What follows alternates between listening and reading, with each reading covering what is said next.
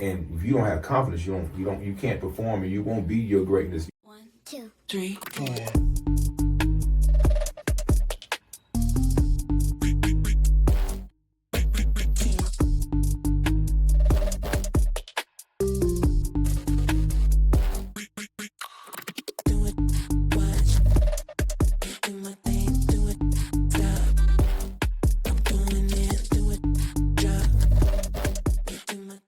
Hey, what's up, everybody? And welcome to Mike Unplugged, Igniting Your Future. I'm your host, Mike. And in this podcast, we bring you real stories and extraordinary journeys of ordinary people who have overcome obstacles, adversities, and turned that into a positive thing. I'm excited about the guests I have in studio today. Now, back off. I know you probably already recognize them, but just hold tight. We're going to get to that. So, we're just going to do this a quick introduction. Y'all buckle in, strap in, and let's get started. My guest today in studio, and I just tell you I'm so excited to have him in studio, is an ex-NFL football player, an actor, and a Morehouse College graduate. Yeah. So, help me, guys, in bringing in to the studio Isaac Keys. Hey. Isaac, welcome aboard, man. What's up, man? Appreciate you having me, man. What's up, everybody? Yeah, I'm excited, man. Excited to be here. Let's have a good conversation. Oh, yeah, that's what we do. We just have candid conversation, and I know you have an amazing journey to share with people, and you guys, you don't want to miss this because you're going to learn a lot, and you're going to see where you can learn even more as we get into talking about his book. Yes, let's just get that out of the way now. Yes, this is Isaac Keys, aka Diamond, from Power Book 4. Yeah. So I don't know if when the episode actually will come out, I'm gonna do my best to get it out before the premiere. But the new episode's coming out when? Yeah, well, we got a long season. We got 10 weeks, 11 weeks. We got it 5 weeks. But the first episode comes out November 7th. Okay. So it's right around the corner, everybody. Right around the corner. So make sure y'all get ready. I know y'all all been anticipating and been asking me on all platforms, when the show coming out? Every time I walk down the street, when the show coming out? November 7th, everybody. So make sure y'all tune in. That's excellent. Yeah, make sure you're there. I gotta tell you, that's my show. Before I knew my man here, that was my show. Obviously with Ghosts and all the whole series. It's just been the only thing I hated about it or disliked about, not the show, but man, I gotta wait till the next episode and wait till the next episode. Well, we in a day and age where people want that gratification. They want to be able to binge watch it. They want to be able to watch that whole thing. But I think there's still something special about having to wait to kind of leave. And our show will leave you on that cliffhanger. You know what I mean? Keep you on the edge of your seat, clenching, just waiting to see what's gonna happen next week. And I think it's something about that, man. So I'm kind of glad we still do that because I want people to it's like a fine wine. I want to just kind of like let you sip on it. Don't just take the shots. We're in the day and age we taking shots these days. No, let's sip on it. You're right. That definitely gives you something throughout the week to look forward to. Now, when I get traveling or get somewhere and I got downtime, I want to go. But I'm excited for it. I'm gonna be. You might even hear me outside watching. I have to be careful because some of the neighbors. Yeah, what they don't know is that we're neighbors. So exactly. This is perfect. It worked out great. I stay right behind you in this neighborhood, man, and it's been great meeting you. And when I found out you had a podcast, I was like, well, come on, man. We're just trying to get our schedules together. Exactly. So finally we here, everybody. We right here with Mike Unplugged. So yeah, we get into it. I'm trying to get used to now when you do intros for it to say author now. And that's right. That's what's kind of something new for me. Yeah. But I'm excited about it. So as you were mentioning, well, we definitely gonna jump into that. I'm gonna say that because I want to keep everybody on board. Yeah. I'm gonna reel you in, and you're gonna be running out there to get that book to find out more and more information about Isaac Keys, aka Diamond.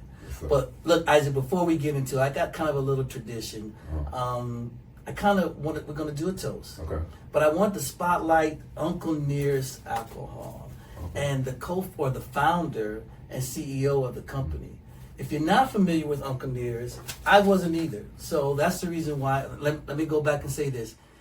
The CEO and the company has nothing to do with this podcast. It's just something that I thought when I started reading the story in the book that I want to make sure that I highlight. If you don't know, Uncle Near's was an enslaved African American who, together along with Jack Daniels, they became friends. and the story talks as though they became friends, and he became his first master distiller.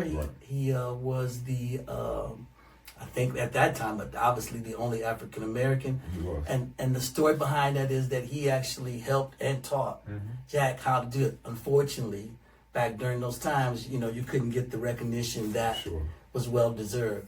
So I push it every episode at the beginning. I talk about it, and I talk about it for two reasons. The alcohol and the story behind the CEO is an amazing story. She is also an author. I think she's written a couple of books. But she has Love and Whiskey out. Go get this book. This book details about Uncle Nearest and the relationship that he had with Jack Daniels, the relationship he had with Jack. But this is a two-part story because it talks about her struggles. Okay. Well, she owe you some money then. Yeah, man. Sponsor, but you giving all these shout-outs, man. It definitely, she done, but yeah, definitely. I became familiar with the story too, actually, because Jack Daniels hosted a birthday party for me. Oh, really? Not the Jack Daniels. But, I didn't figure that out. Right, like he came back, hosted me a birthday party for me. But no, some Jack Daniels, guys who work for Jack Daniels, hosted a birthday party for me, and that's when I first learned the whole story. Because before, I used to hear the whole story about how he was a slave and they took advantage of him and everything else. Right. But when he sat down and told that whole story, I had a whole new, different outlook on Uncle Nearest and everything that's going, and what's the history about it. And I think it's important that everybody knows this. So I'm glad you did an intro with that. Yeah, you gotta go get the book, do your research on it, and let's support him. I gotta tell you, Fawn Weaver is the CEO and founder of Uncle Nearest Premier Whiskey. She is a trailblazer. So before we get started, let's have a little toast here. There we go. So to the show, to friendship, and I'm just excited to have you here with me. So I appreciate you, brother. Mm-hmm. All right, now it's a party. That's it. It's a party. That's it. Party. That's it. Let's get started. So, who is Isaac? That's a very broad question. I'm still trying to figure out who Isaac is, and I think that's important. I think it's important to try to, when I say who am I think I'm simple but yet complex. Yeah. I like the simple things in life, but I'm a thinker, and I've always been an overthinker, and not necessarily in a bad way, but I analyze and I think about things and I try to stay ahead of what's the next thing to be able to come. I think I'm also a person that is very resilient, that knows how to persevere in life, that looks at things with the glass half full and not empty. I'm an optimist. Like I feel like, we can make a way out of no way. Absolutely. Where there's a will, there's a way. Right. And I think that's been a testimony for my life. And I think those are just some of the intricacies about me. And I like to share those things. I like to keep that energy around me. Right. Anybody around me, I want you to feel that way. I want you to kind of look at it from that perspective, because I think that makes it more, just the relationships around me more fluent. Absolutely. I tell you, as I was doing my research and getting to know you, I saw where you were doing a lot of speaking engagements, talking to young adults, and that's just so important. Yeah. It's funny you said some of the things about resilience, and you probably didn't pay attention, but there's a sign I got behind you, and it says, difficult roads often lead to beautiful destinations. Yeah. So I think that's different. Yeah. So let's dive in. Describe your childhood growing up. As you were talking about, listening to the young lady's story, everybody has a story to tell. Right. It's just whether they're willing to tell it. But I think it's important that we tell our stories, because we need to feel and see and hear relatable stories to help us feel like what we're going through in life is basically has some normalcy to it. Right. And to see people overcome obstacles that you could be very familiar with. Right. So as a child, I'm not, gonna come. I'm not coming saying I made it out the mud and I came. I came from a good home. Right. Okay. But that's because my parents wanted more for themselves, because they didn't come from good homes. Right. So it was important. It was a passion for them to make sure the kids had a good home and do the best part that they could do. And I think I was a very curious child. I asked a lot of questions, and my dad used to get on his nerves. Why? Mom, how you do? Look it up. Look it up in the dictionary. Mama bought a whole thing of encyclopedias way back when. Back in the day. So to look it up, because we didn't have the internet. So it was always just being very inquisitive. I was outgoing. I stayed outside playing. My father made sure he put me in all type of sports, and I played sports coming up as a kid. But outside was like that was my sanctuary. I'm talking. I'm running in the neighborhood. I knew the whole neighborhood in and out. They doing construction over there. We playing dirt ball, have dirt ball fights. We building forts and clubhouses in the creek. I'm fishing in the lake over there. Like I was outside, man. And this thing I think kids today kind of miss that part. Most definitely. But I was a curious and inquisitive kid, and I was kind of I look at it and I talk about it in the book later on. It's like I also was a naive kid because I saw the best in people before they showed me the worst. Okay. So I always gave them the benefit of the doubt. Like, why would they do that to me? Why would they want to talk bad about me or me? So I had to learn people right over time. Like, everybody's not good. That's right. Everybody's not a good person. Everybody's not your friend. That's absolutely right. And it took me time. It took me lessons, and I had a lot of lessons growing up because I was a kid that was just outgoing, and I would try to just be free in every aspect. It's funny you say that because to this day, my grandchildren, I try to tell them, you got where you're at and you're doing great, but you got a house full of people. Yeah. Not everybody gonna be there when you need them there. So I try to talk to them. Now you talked about running through and playing in the mud. Was it just you, or did you grow up? Did you have siblings? Yeah, I have an older sister. Okay. My older sister, that's always been my security guard. That's always been my best friend growing up. And you talked about my parents raised us to know that they will always be there for us. Right. And that we didn't need to fight one another. Right. Because when it's all said and done, they will always have my back and to learn to be able to have theirs as well too. Yeah. And they raised us as a close-knit, knit family. It was just 4 of us. But both my parents came from very big families, siblings and all over. So they knew what it was like, So, it was important to have that sister that could kind of show you the way, because she, she went over all the speed bumps and smoothed them out for me. Yeah, exactly. You know what I mean? So she paved the way for you. She paved the way for me in every aspect. So, man, it was good to have a sibling like her. What's the age difference? 3 years. Okay, so we come from a very similar background, and it was just the 4 of us. My sister was 5 years older than me, and we that solid foundation from our parents. To this day, I think plays a critical role in where I'm at now today. So it sounds like the same for you. Sure. Now, growing up, St. Louis, you said a very big family. Did you have uncles and nieces and everybody around? A whole lot of uncles, whole lot of cousins. My mom is one of 11 kids. My dad is one of 7, I believe. Back then they always had that one kid that pops up later on. Yeah, I found out so much this weekend. Not mine, but my cousins. Right. So the family reunions were always interesting, and that brings it to my father. Our family reunions. My father we would jump in the car and we'd travel to these family reunions.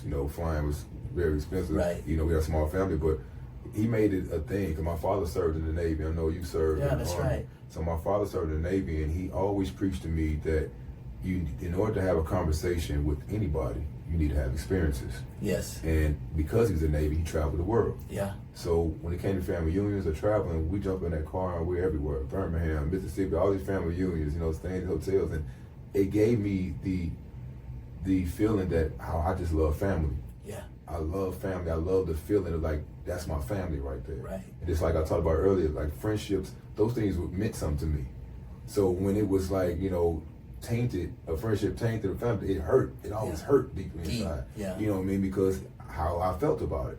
But having those family, I just love that. Love that aspect. Again, I see the correlation between us. I have some cousins that I had an opportunity to spend time with, and you need that and miss those. So that's a crucial part of us growing up, definitely. Where did your passion for sports come from? It's funny because my father didn't. He never played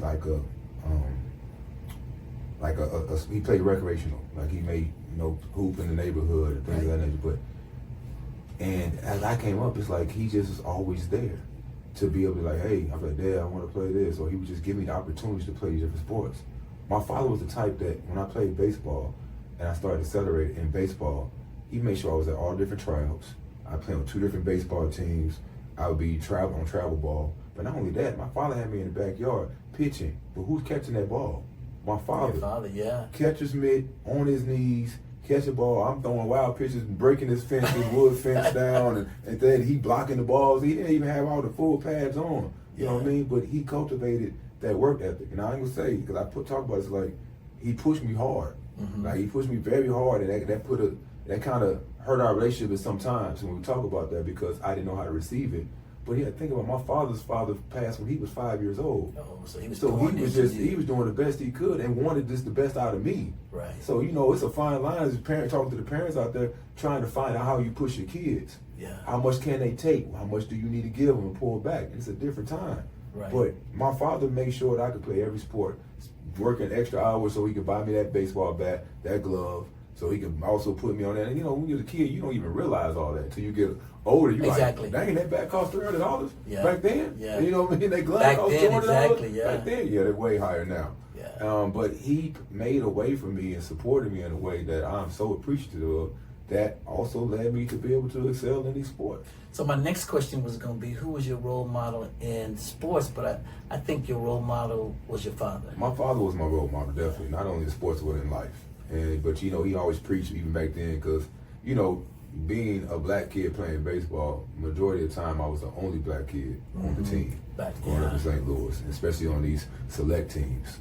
So he would always teach me that I also had to be twice as better than my counterpart. That's right. You know what I mean? Because how I'm looked at or how my mannerism, how I need to handle myself. Right. He was teaching that at a young age. And he always compared me to Bob Gibson. The late great Bob Gibson from St. Louis Cardinals. And being from St. Louis, we've always been St. Louis Cardinal fans. Right. But he always compared me to speak about Bob Gibson. He would always speak about, Hank Aaron and those guys that he watched growing up as well. So it was just important. I think the lesson that he instilled in me with the sports and the work ethic and just kind of, guided me. Yeah, so he's definitely my role model in that aspect. That's excellent. I know there's a lot of kids that have the Jordans and the Kobe Bryants, and I think it's great to honor them. But I'm glad to hear that because the same as me, it was my father.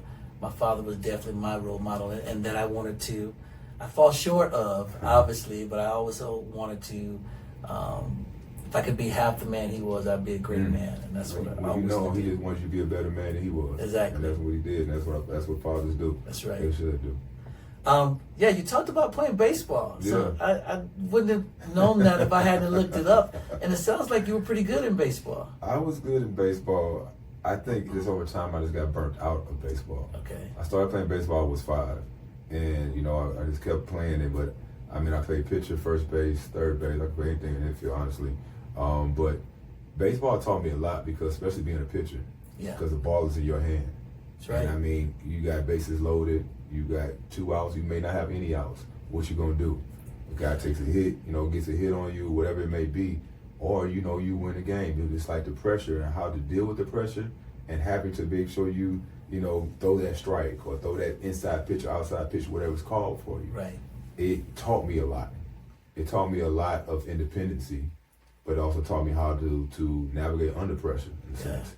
But over time, I think I just kind of got burnt out in baseball. And also I mentioned because the relationship that I had with my father, I always wanted to make sure that I pleased him in that aspect. Yeah. And him not knowing, but his mannerisms would kind of make me feel like I'm disappointing him if I strike out or I'm not playing well or whatever it be. And I can hear in the back like, oh, no, like that. Yeah. And I think a lot of kids feel that our parents do that because it's the passion. Yeah. Now that I'm older, I realize the passion.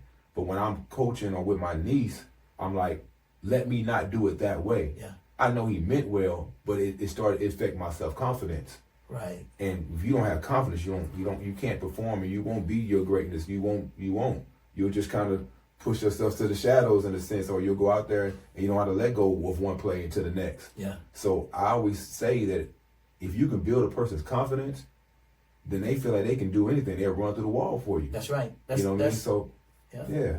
That's a good, that right there is a good bullet for people to take on is you can get your kids and move them through, but you got to be able to navigate, and especially if you have more than one, each one's different. You got to navigate through that. That's what makes a great coach, because you can't coach the whole team the same. Yeah. You can in generality, but you have to also look at certain players, like how do they respond. So you look at your kids, you have to look and say, how do they respond? This kid may respond by me getting on him. Yeah. This kid I may respond to by talking to him in a certain way, pull him to the side, building him up. Yep. That's how the other kid may need to be pushed a little harder. But that's what makes a great coach.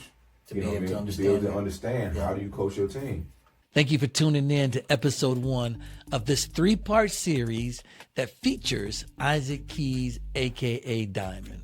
Now in episode 1, I hope you really caught the importance of how his family is to him and how he remembered those road trips that they took to go to those family reunions. Now, in episode 2, you don't want to miss that, because this is where we start to lay the foundation to how he became this athlete that he is. And then episode 3 is going to tie it all in together. So make sure you tune in for episode 2. But listen, check this out. If you enjoyed episode 1, give me a thumbs up. Let me know you enjoyed it. But here's what I need you to do. So don't forget, if you haven't subscribed, because I'm getting a lot of people who are following that haven't subscribed, hit that subscribe button. Check out episode 2.